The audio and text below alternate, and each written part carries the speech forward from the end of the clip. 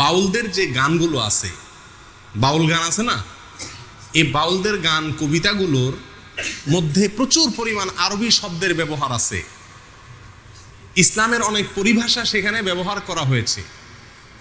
আর এটা দেখে আমরা অনেকেই তাদেরকে মুসলিম হিসাবে মনে করি।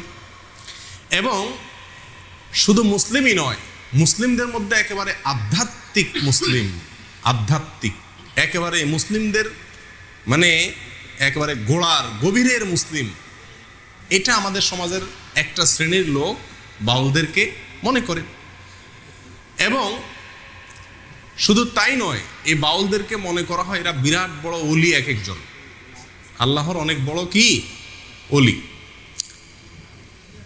বাউলদের মধ্যে সবচাইতে আলোচিত ব্যক্তি হলেন লালন শাহ। এই লালন শাহ যে তাকে যেখানে মাটি দেওয়া আছে কুষ্টিয়ার, এই জায়গাটাকে একসময় বলা হতো লালনের আখড়া।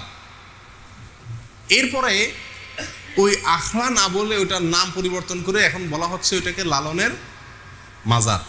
কি বলা হয় এখন? মাজার, ইসলামী পরিভাষা। এবং এই আখড়ায় সর্বকালে গাঞ্জা টাঞ্জা খাওয়া হইতো।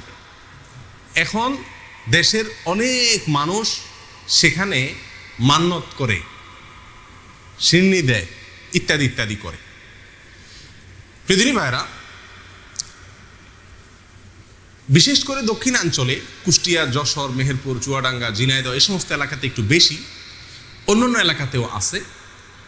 অনেক গ্রামাঞ্চলে মানুষ এই বাউল ফকির যারা, তাদের কাছে যায়, বাচ্চা কাচ্চারা অসুস্থ হলে, কোনো অসুবিধায় পড়লে তাদের কাছ থেকে বিভিন্ন পড়া টড়া নিয়ে আসে। যায় কি যায় না? শুধু তাই নয়, বাউলদের বিভিন্ন গানকে আমাদের দেশের বিভিন্ন পাঠ্যপুস্তকে বাচ্চাদেরকে পড়ানো হয়। সেখানে পাঠ্যপুস্তকের অন্তর্ভুক্ত করে বাচ্চাদেরকে পড়ানো হয় বাউল গান।